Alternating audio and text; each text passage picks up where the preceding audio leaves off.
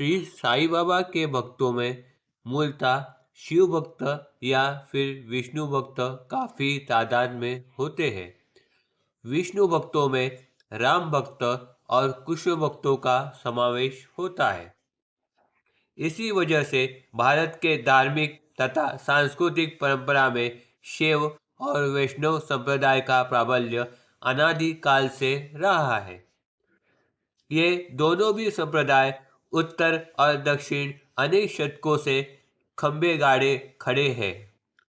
श्री साईं बाबा का स्वरूप शिव का या फिर विष्णु का, हरि का या फिर हर का, ऐसा संभ्रम अनेक सच्चे साईं भक्तों में रहता है। कारण हर कोई अपने पसंदीदा देवता अपने उपासना में देखना पसंद करते हैं। सबका मालिक एक है, यही साईं बाबा का अपने भक्तों से कहना था। अपने मस्जिद को वो द्वारका माई कहते थे और द्वारका के श्री कृष्ण स्वयं ही है, इस बात की प्रतीति भी अपने भक्तों को सदा देते रहते थे।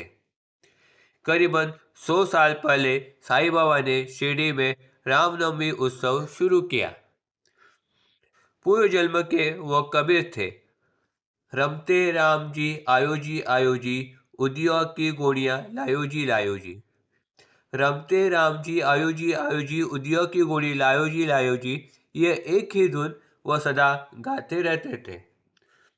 उनकी उदी भक्तों के दुख और कष्टों को हारने वाली संजीवनी ही नहीं थी, बल्कि वैरागी और सन्यासियों को मोक्ष का मार्ग पर ले जाने वाली मोक्षदायिनी भी थी।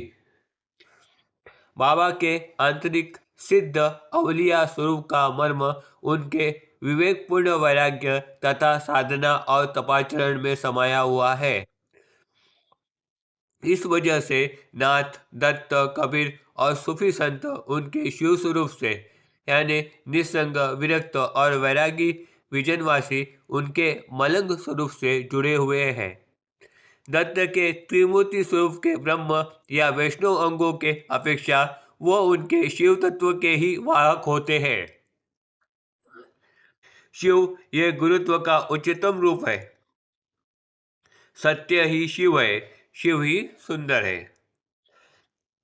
भक्त अपनी साधना और आराधना से उस उच्चतम शिव स्वरूप से एक रूप होने के लिए कोशिश करते रहता है,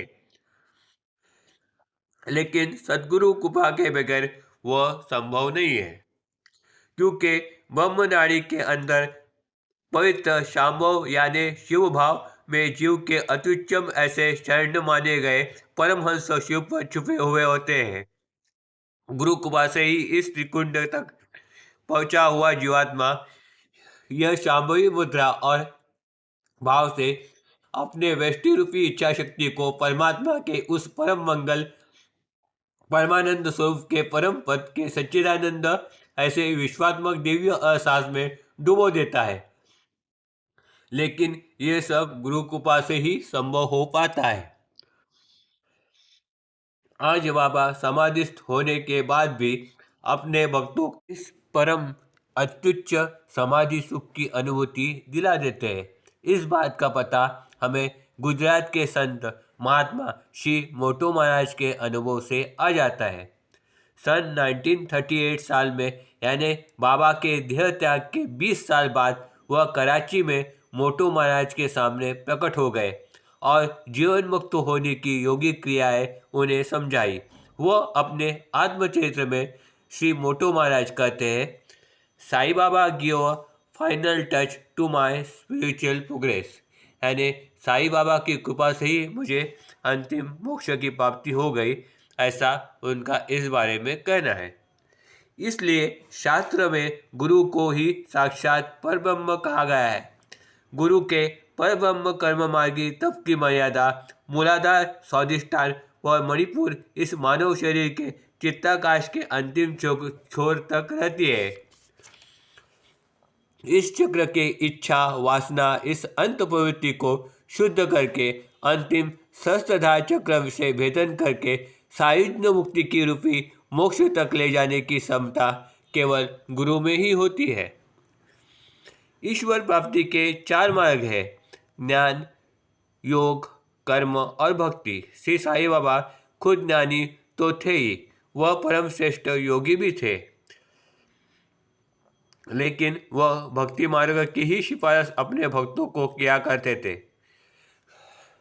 क्योंकि योग मार्ग में तप आदि कठोर साधना करनी पड़ती है। ज्ञान मार्ग में अहंकार को त्याग गुरु के शरण में जाना पड़ता है, जो सन्यासियों को ही संभव है।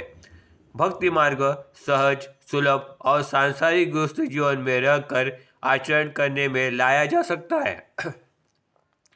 इसलिए बाबा उसी का उपदेश सबको किया करते थे। भक्ति यानी ईश्वर के प्रति प्रेम, आसक्ति, श्रद्धा। परम भक्त नारद मुनि कहते हैं, सा तस्मिन् परम प्रेम रूपाय, यानी ईश्वर के प्रति अत्याधिक प्रेम को ही भक्ति कहा जाता है। भक्त अगर सत्वगुणी हो तो उसके हृदय में बसे ईश्वर भाव में वह डूब जाता है। गुरु कृपा से वह अपने देह, कामना, लालसा का उन्नयन करते हुए वह नारायणमय हो जाता है। भक्ति रस में डूब जाने के बाद भक्त के कंठ में विशुद्ध चक्र जागृत होकर देह, मन, बुद्धि सब एक साथ समाते हुए भक्ति संगीत में समरस हो जाती है। उस समय साधक को शब्द सिद्धि वश हो जाती है। वाणी यह देववाणी मंत्रवाणी बन जाती है। पूरे विश्व में समाये हुए दिव्य ओमकार का प्रतिध्वनि नाद रूप में साधक भक्त के कानों में सुनाई पड़ता है।